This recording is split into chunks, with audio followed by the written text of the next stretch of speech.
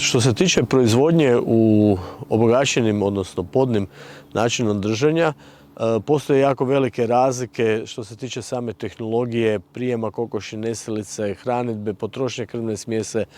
samog postupanja sa životinjama i po onome što do sada znamo, te kokoši nesilice